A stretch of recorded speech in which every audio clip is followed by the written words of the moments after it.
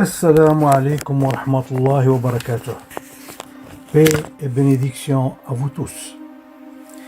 Nous les musulmans, nous avons grandi avec la terreur du tourment et de la torture dans la tombe après la mort.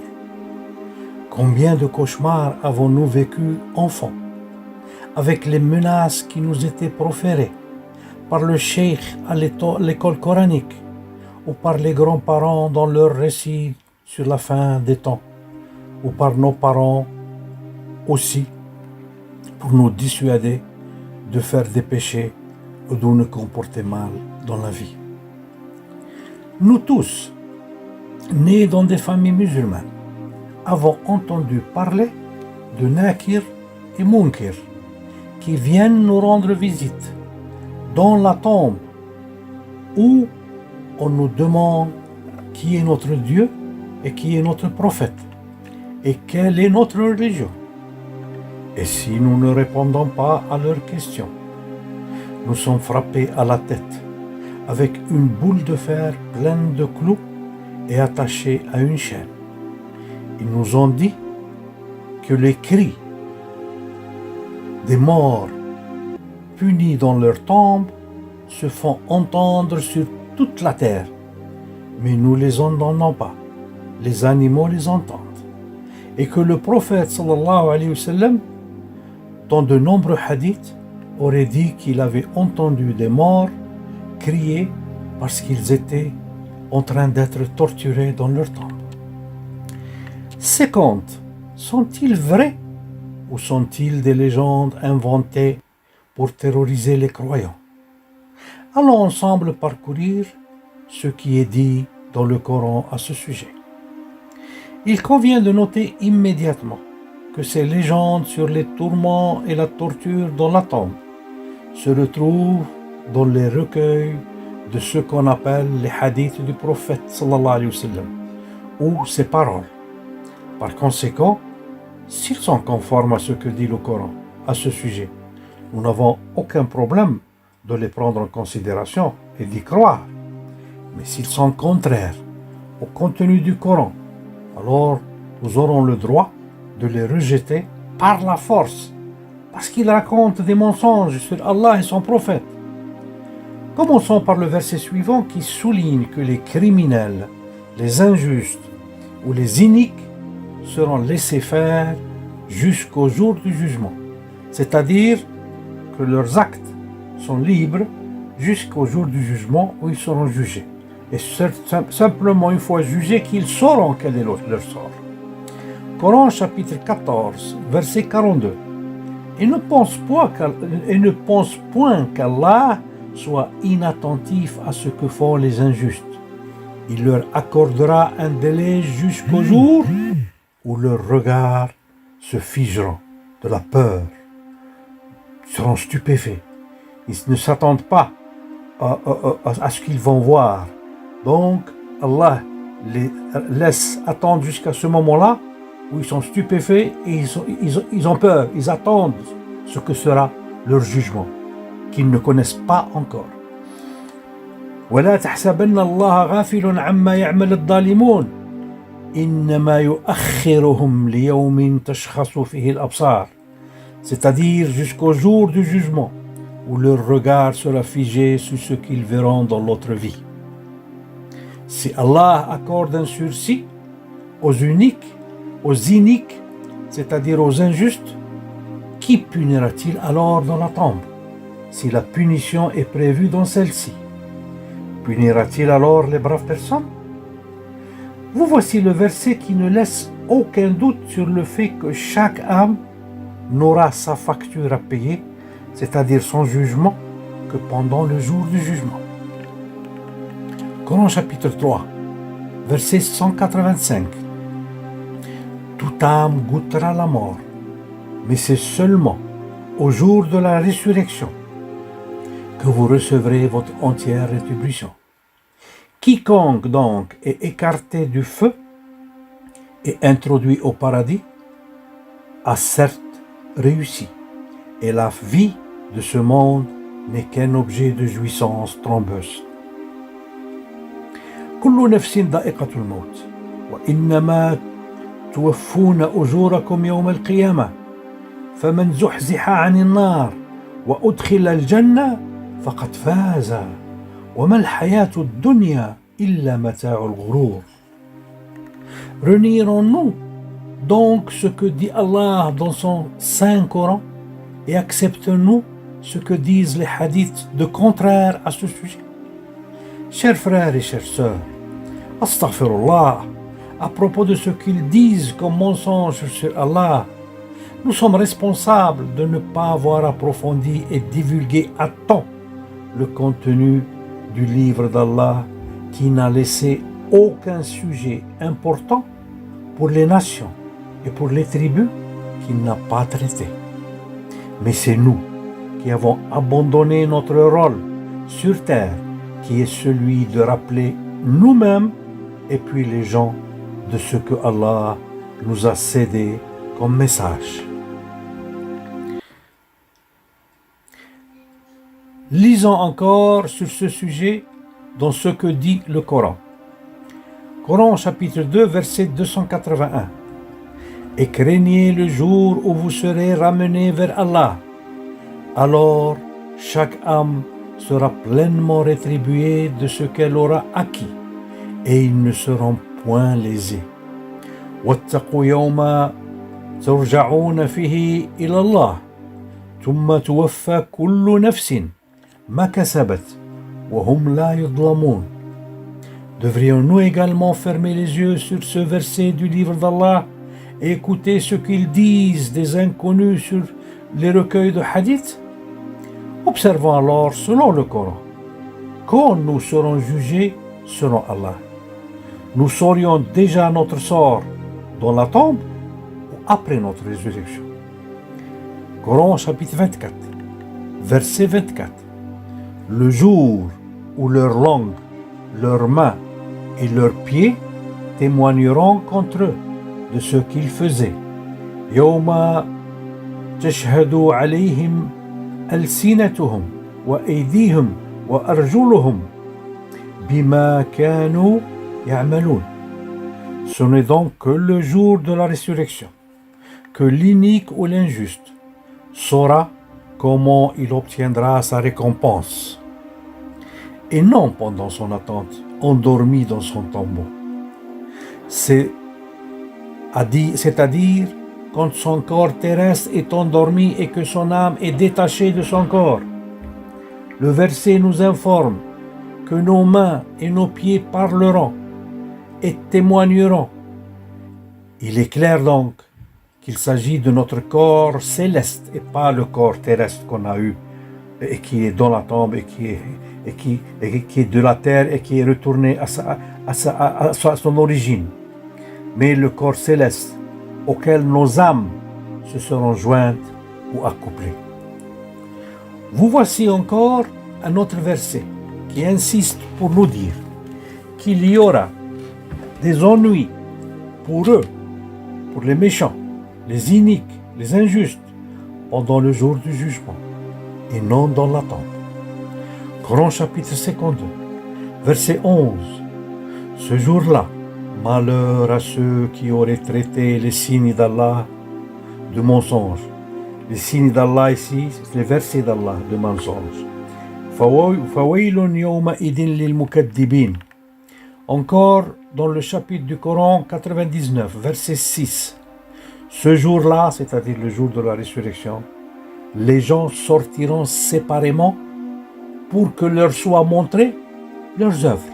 C'est-à-dire que nos œuvres, on ne les verra que le jour du jugement, et pas dans la tombe. يَوْمَئِذٍ يَصْدُرُ النَّاسُ أَشْتَاتًا لِيُرَوْا أَعْمَالُهُمْ. Ce n'est qu'en ce jour-là, c'est-à-dire durant le jour de la résurrection, que seront passées en revue nos actions accomplies durant notre vie terrestre. Nous ne les verrons pas lorsque nous serons dans la tombe, car nous n'aurons pas le temps de voir quoi que ce soit pendant notre présence dans la tombe, car nous serons hors du temps terrestre et nous serons entrés dans le temps d'Allah, dans lequel un jour est égal à 1000 ans de notre comptage. Nous serons dans le même état que les gens de la grotte, qui sont restés morts pendant 309 années lunaires, ce qui équivaut à 300 années solaires. Et quand Allah les a ressuscités, ils ont cru qu'ils n'étaient morts dans la grotte que pour un jour ou une paire de journées. Devons-nous croire ce qu'ils ont dit dans les hadiths, ou bien leurs histoires sont-elles inventées comme mensonges sur Allah et sur son prophète? Coran 69, verset 19.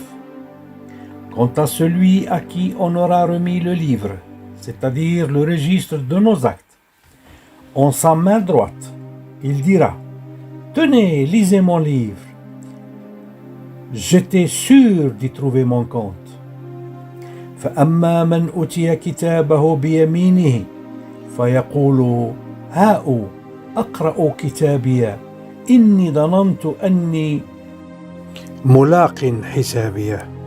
Chacun de nous aura son livre ou son registre de tous ses actes durant sa vie pendant le jour du jugement, où toutes nos œuvres seront notées, où sera décidé notre jugement. Cela prouve encore une fois que nul ne saura a priori quel aurait été son sort auprès d'Allah avant le jour du jugement. Et cela ressort du sens de ces versets ici cités, qui montrent que nous ne connaîtrons notre sort que lors de ce jour fatidique pour les injustes et joyeux pour les justes. Et ce n'est pas tout, chers frères et chères sœurs. L'inique ou l'injuste qui aura son livre dans sa main gauche dira, Coran 69, verset 25, quant à celui à qui on aura remis le livre en sa main gauche, il dira, hélas pour moi, j'aurais souhaité qu'on ne m'ait pas remis mon livre et ne pas avoir connu mon compte. Je le relis. Coran chapitre 69, verset 25. Quant à celui à qui on aura remis le livre en sa main gauche, il dira, hélas pour moi, j'aurais souhaité qu'on ne m'ait pas remis mon livre et ne pas avoir connu mon compte. وأما من أوتي كتابه بشماله فيقول يا ليتني لم أوت كتابي ولم أدري ما حسابي. Ce qui confirme, mes chers frères et chères sœurs, une fois de plus que dans la tombe, il n'a été approché par personne et qu'il ne savait pas quel serait son sort. Voyons maintenant un verset qui nous précise dans quelle phase exacte de notre après-mort nous saurons ce qui nous attend auprès d'Allah. Je vous invite à écouter avec grande attention les versets suivants et de suivre la succession des événements avant que l'on sache ce que serait notre sort auprès d'Allah. Coran chapitre 81, versets de 1 à 14. Quand le soleil sera obscurci et que les étoiles deviendront ternes et les montagnes mises en marche et les chamelles à terme négligées et les bêtes farouches rassemblées et les mers allumées et les âmes accouplées, et qu'on demandera à la fillette enterrée vivante pour quel péché elle a été tuée, et quand les feuilles seront déployées, c'est-à-dire nos registres sur lesquels nos œuvres seront notées, et quand les feuilles seront déployées et le ciel écorché et la fournaise attissée et le paradis rapproché, chaque âme saura ce qu'elle a présenté.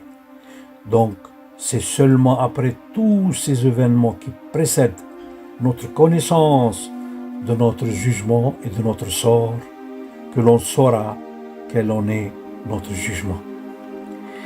إذا الشمس كورت وإذا النجوم انكدرت وإذا الجبال سيرت وإذا العشار عطلت وإذا الوحوش حشرت وإذا البحار سجرت وإذا النفوس زوجت وإذا الموءودة سئلت بأي ذنب قتلت وإذا الصحف نشرت وإذا السماء قشطت وإذا الجحيم سعرت وإذا الجنة أزلفت علمت نفس ما أحضرت.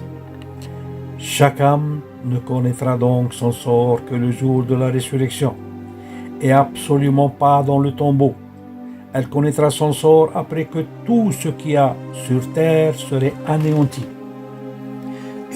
Sur terre et dans l'univers serait anéanti, et qu'il y aurait une autre terre, et que les morts ressusciteront ensemble et sortiront de leur tombe comme des sauterelles qui envahissent les champs.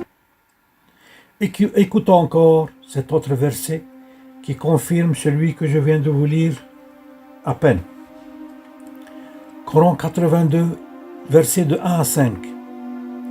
Quand le ciel se rompra, et que les étoiles se disperseront, et que les mers confondront leurs eaux, et que les tombeaux seront bouleversés, toute âme saura alors ce qu'elle a accompli et ce qu'elle a remis de faire à plus tard. إذا السماء انفطرت وإذا الكواكب انتثرت وإذا البحار فجرت وإذا القبور بعثرت علمت نفس ما قدمت وأخرت. Alors, seulement quand les tombeaux seront ouverts et quand les gens seront ressuscités, seulement alors nous saurions quel sera notre sort avec Allah, ce fatidique jour pour les injustes et joyeux jour pour les fidèles. Mais d'où nous ont-ils sorti le jugement dans la tombe et l'interrogatoire de Nakir et Munkir et les coups que les injustes recevront sur la tête et la vision de notre place en enfer ou au paradis quand on est dans la tombe? Qui a inventé cette terreur qui a transformé notre jeunesse en cauchemar et nous a donné l'image d'un Dieu violent? Ce sont les narrateurs des hadiths mensongers sur Allah et son prophète, aidés par la suite, c'est-à-dire ces hadiths ont été aidés par la suite de nos soi-disant savants de l'islam qui ont mal interprété un verset qu'on verra avec plus de détails dans la prochaine vidéo qui va suivre celle-ci, qui sera la suite de celle-ci. Continuons alors notre destruction définitive de ces mensonges séculaires existant dans nos recueils de hadiths et laissons à nos enfants des informations conformes à la parole d'Allah dans son Coran. Nous allons voir maintenant les versets qui nous soulignent que le temps d'Allah n'est pas notre temps à nous sur la terre. Quand une personne meurt, elle rentre dans le temps d'Allah, où un jour est égal à 1000 années de notre temps à nous sur terre. Commençons alors par ce verset qui nous souligne que notre sensation, une fois ressuscitée, c'est celle d'être resté très peu dans la tombe, même si notre mort a des milliers d'années. Pensez un peu aux peuples anciens qui ne sont plus sur terre depuis des siècles. Ils croiront tous d'être restés dans la tombe que très peu. Nous allons lire le verset qui nous quantifie ce temps dans la tombe. Coran chapitre 17, verset 52. Le jour où il vous appellera, c'est-à-dire où Dieu nous appellera, vous lui répondrez en le glorifiant. Vous penserez cependant que vous n'êtes resté sur terre que peu de temps.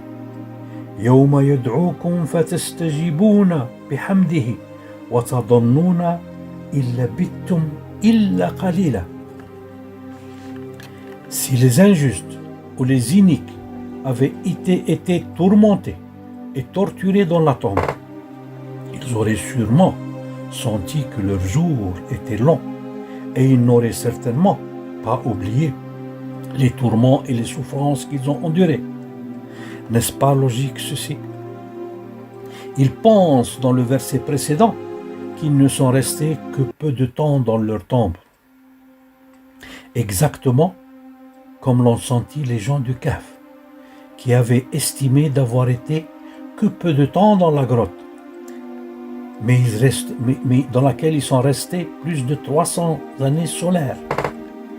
Allah nous a quantifié ce peu de temps dans lequel les morts resteront dans leur tombeau. Voici ce que lui, subhanahu wa ta'ala, nous a dit à ce sujet. Il, subhanahu wa ta'ala, nous l'a expliqué dans la sourate Ahl al-Kahf, ou le chapitre 18, dans lequel il nous raconte l'histoire de ces jeunes qui ont dormi pendant 300 années solaires ou 309 années lunaires, mais qu'une fois ressuscités, ils pensaient n'en être restés qu'un jour ou quelques jours. Coran 18, verset 19. Et c'est ainsi que nous les ressuscitâmes afin qu'ils s'interrogent entre eux. L'un parmi eux dit: Combien de temps avez-vous demeuré là? Ils dirent: Nous avons demeuré un jour ou une partie d'un jour. D'autres dirent: Votre Seigneur sait mieux combien de temps vous y avez demeuré. Envoyez donc l'un de vous à la ville avec votre argent que voici, pour qu'il voie quel aliment est le plus pur et qu'il vous en apporte de quoi vous nourrir. Qu'il agisse avec tact et qu'il ne donne l'éveil à personne sur vous. وكذلك بعثناهم ليتساءلوا بينهم قال قائل منهم كم لبثتم قالوا لبثنا يوما أو بعض يوم قالوا ربكم أعلم بما لبثتم فابعثوا أحدكم بورقكم هذه إلى المدينة فلينظر أيها أزكى طعاما فليأتيكم برزق منه وليتلطف ولا يشعرن بكم أحدا. Les iniques ou les injustes penseront la même chose le jour de la résurrection, de n'être restés dans la tombe que peu de temps, ou 1 heure seulement. Coran chapitre 46, verset 35. Endure, ô Mohammed donc. Endure donc, comme ont enduré les messagers doués de fermeté, et ne te montre pas trop pressé de les voir subir leur châtiment. Le jour où ils verront ce qui leur est promis, il leur semblera qu'ils n'étaient restés sur terre qu'1 heure d'un jour. Voilà une communication qui sera donc anéantie, sinon les gens pervers. فاصبر كما صبر أولو العزم من الرسل ولا تستعجل لهم كأنهم يوم يرون ما يوعدون لم يلبثوا إلا ساعة من نهار بلاغ فهل يهلك إلا القوم الفاسقون. Ils pensent n'avoir attendu le jugement qu'1 heure dans leur tombe. Et Allah nous le souligne plusieurs fois que le temps quantifié par les morts sur leur attente dans la tombe n'est que d'1 heure. Coran chapitre 10, verset 45. Et le jour où il les rassemblera, ce sera comme s'ils n'étaient restés dans leur tombeau qu'1 heure. 1 heure du jour, et ils se reconnaîtront mutuellement. Perdants seront alors ceux qui auront traité de mensonge la rencontre d'Allah et ils n'auront pas été guidés.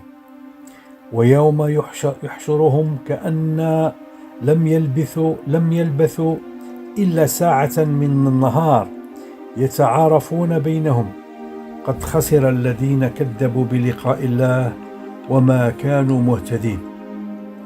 Ils n'ont attendu, selon eux, comme vous l'entendez, qu'1 seule heure. dans leur tombe. En voici un autre verset dans ce sens et qui confirme cela. Coran chapitre 30, verset 55. Et le jour où l'heure arrivera, les criminels jureront qu'ils n'ont demeuré qu'une heure. C'est ainsi qu'ils ont été détournés de la vérité. ويوم تقوم الساعة يقسم المجرمون ما لبثوا غير ساعة كذلك كانوا يؤفكون. On ne se rend donc pas compte du long moment passé dans la tombe, même si certains y sont depuis quelques jours avant la fin des temps et d'autres depuis des siècles. Nous aurions l'impression de n'avoir passé qu'une heure dans notre temps, et donc il n'y a aucune place pour la souffrance et la torture prêchée dans les hadiths. La torture dans la tombe, prêchée dans les hadiths, bien sûr.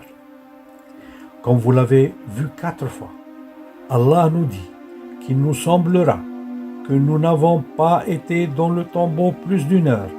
Pourtant, les obscurantistes s'obstinent à nous dire qu'il y a des tortures dans les tombeaux dont Allah n'a pas donné un seul verset du Coran à ce propos. Mais au contraire, il nous a donné ce qui le nie de la manière la plus absolue, comme nous l'avons vu et démontré ici dans cette vidéo, depuis son début jusqu'à maintenant.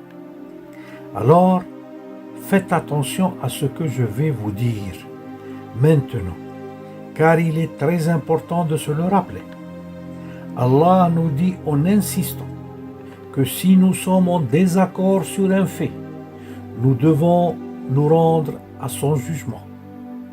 Nous avons rapporté dans notre approche ici le jugement de la parole d'Allah à ce sujet et pas des points de vue privés de preuves claires.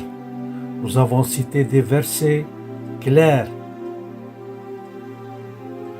que tout le monde peut comprendre et qui nous ont confirmé qu'il n'y a pas de torture ni de tourment dans la tombe. J'invite alors ceux qui croient au hadith, contraire à ce que dit le Coran à ce sujet, et je leur demande, croyez-vous encore au mensonge des tourments de la tombe après ce qu'on vous a cité comme verset ici? Ces versets ici cités ont-ils suffi à changer vos croyances? Ou vous vous y tenez toujours à ce que vos chouyours ont dit? Coran chapitre 42 verset 10. Sur toutes vos divergences, le jugement appartient à Allah. Tel est Allah, mon Seigneur. En lui je place ma confiance et c'est à lui que je retourne repentant. وَمَا اخْتَلَفْتُمْ فِيهِ مِنْ شَيْءٍ فَحُكْمُهُ إِلَى اللَّهِ ذَلِكُمُ اللَّهُ رَبِّي عَلَيْهِ تَوَكَّلْتُ وَإِلَيْهِ أُنِيبُ.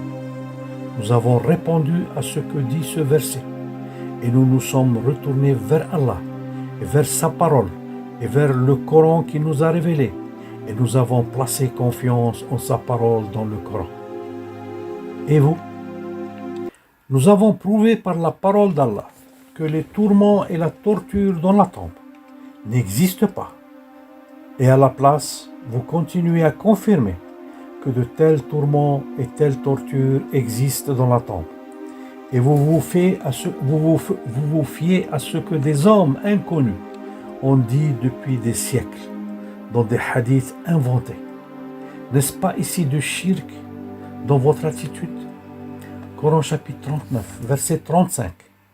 Et quand Allah est mentionné seul, sans associé, les cœurs de ceux qui ne croient pas en l'au-delà se crispent. Et quand on mentionne ceux qui sont en dehors de lui, voilà qu'ils se réjouissent. وَإِذَا ذُكِرَ اللَّهُ وَحْدَهُ أَشْمَأَزَّتْ قُلُوبُ الَّذِينَ لَا يُؤْمِنُونَ بِالْآخِرَةِ وَإِذَا ذُكِرَ الَّذِينَ مِنْ دُونِهِ إِذَا هُمْ يَسْتَبْشِرُونَ. البخاري, مسلم, ابن تيمية, الشافعي, ibn Hanbal, Abdul Wahhab, ibn Baz sont pour les injustes plus importants que ce que Allah dit dans son noble Coran. Coran chapitre 27, verset 82. Et quand la parole tombera sur eux, nous leur ferons sortir de terre une bête qui leur parlera. Les gens n'étaient nullement convaincus de la vérité de nos versets. وإذا وقع القول عليهم أخرجنا لهم دابة من الأرض تكلمهم أن الناس كانوا بآياتنا لا يوقنون. Allah promet qu'ils se rendront compte le jour du jugement que ce sont eux les menteurs sur Allah et son prophète. Coran chapitre 54 verset 26. Demain ils sauront qui est le grand menteur plein de prétentions et d'orgueil. سيعلمون غدا من الكذاب الأشير. Enfin, je m'adresse à vous, chers frères et chères sœurs, de tout l'univers. Sachez qu'Allah est clément et miséricordieux.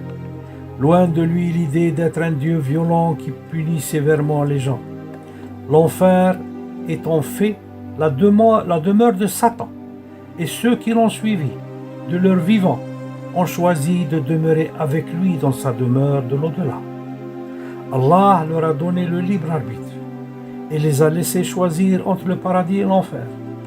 Mais eux, ils ont opté pour l'enfer et Allah a exaucé leurs vœux. Sa miséricorde n'a rien à voir avec leur libre choix. Coran chapitre 16, verset 7. Vraiment, votre Seigneur est compatissant et miséricordieux. Inna rabbakum la ra'oufun rahim. Joseph, Youssef, alayhi salam, avait dit à ses frères qu'il avait jeté dans le puits quand ils l'ont rejoint en Égypte. Coran chapitre 12, verset 92. Il dit à ses frères, Youssef alayhi salam a dit à ses frères, pas de récrimination contre vous aujourd'hui, qu'Allah vous pardonne, c'est lui le plus miséricordieux des miséricordieux. قال لا تثريب عليكم اليوم يغفر الله لكم وهو أرحم الراحمين. Et encore, Allah a dit au prophète Mohammed sallallahu alayhi wa sallam de nous dire, Coran chapitre 15 verset 49, informe mes serviteurs que c'est moi le pardonneur, le très miséricordieux. Nabbi ibadi inni ana al-ghafour ar-rahim. En effet, Allah nous a promis que si nous venons à lui avec un cœur saint et de bonnes œuvres dans notre vie, il nous pardonnera tous nos péchés. Coran chapitre 39, verset 53. Dis, ô mes serviteurs, qui avez commis des excès à votre propre détriment, ne désespérez pas de la miséricorde d'Allah, car Allah pardonne tous les péchés. Oui, c'est lui le pardonneur, le très miséricordieux. قل يا عبادي الذين أسرفوا على أنفسهم لا تقنطوا من رحمة الله إن الله يغفر الذنوب جميعا إنه هو الغفور الرحيم. Repentons-nous alors, mes chers frères et mes chères sœurs, et écoutons d'abord ce que Allah dit sur chaque sujet dans son Coran. Et si nous trouvons des hadiths disant les mêmes choses, cela signifie que le prophète Mohammed sallallahu alayhi wa sallam a dû les dire.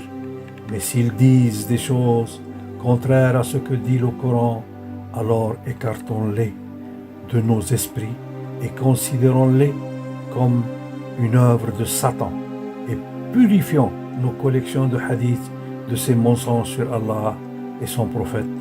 وآخر دعوانا أن الحمد لله رب العالمين والسلام عليكم ورحمة الله وبركاته.